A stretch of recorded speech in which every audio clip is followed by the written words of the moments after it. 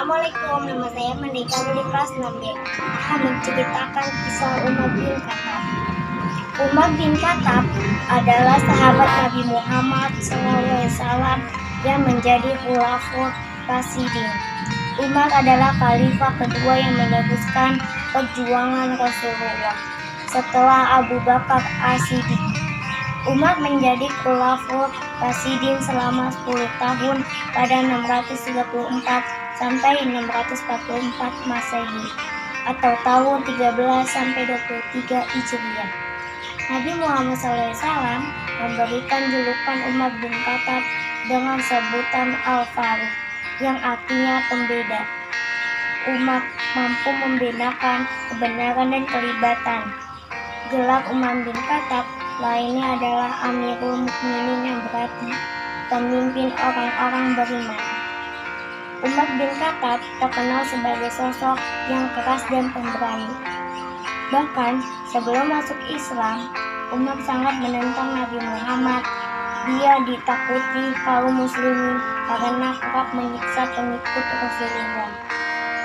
Pada suatu hari, amarah Umar pun pecah. Dengan gagah berani, Umar membawa pedang hendak membunuh Rasulullah. Namun di perjalanan dia justru bertemu Nu'aim bin Abadillah yang memberitahu bahwa adik Umar masuk Islam. Umar pun berbalik dan bergegas menemui adiknya. Dengan emosi yang membuncah di depan rumah, Umar justru mendengar Fatimah dan suaminya membaca Al-Quran. Umar menampar Fatimah. Sang adik lantas tersungkur dan menangis.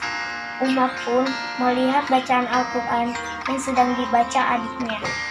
Dia tersentuh dengan bacaan surat Taha itu. Hatinya pun luluh. Seketika Umar ingin bertemu Muhammad. "Tunjukkan aku keberadaan Muhammad," kata Umar. Seperti dikutip dari kisah-kisah inspiratif sahabat Nabi karya Muhammad Nasrullah.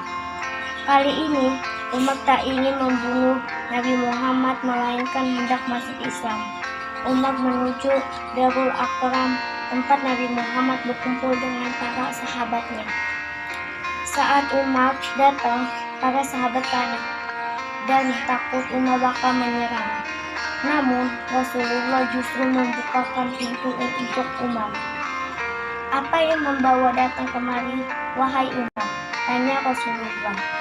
Umar pun menjawab, dia beriman kepada Allah. Umar pun mengucapkan kalimat syahadat. Rasulullah dan para sahabat menyambut bahagiaan keislaman Umar dengan bertakbir. Setelah Umar masuk Islam, Umar menyarankan Rasulullah agar tak lagi menyiarkan Islam dengan sembunyi-sembunyi. Rasulullah dan para sahabat mulai berdakwah dengan terang-terangan. Pengikut Nabi Muhammad pun semakin berkembang. Umar juga orang yang paling terdepan membela dan melindungi Nabi Muhammad. Umar selalu setia berada di sisi Rasulullah. Dia ikut dalam setiap peperangan. Umar bahkan disebut sebagai sahabat utama Nabi Muhammad setelah Abu Bakar. Saat Rasulullah meninggal, Umar merupakan salah satu orang yang paling terpukul. Umar dan sahabat Nabi lainnya bertekad melanjutkan perjuangan sang baginda. Ketika itu, Abu Bakar ditunjuk menjadi khalifah dan Umar dipercaya menjadi salah satu penasehatnya.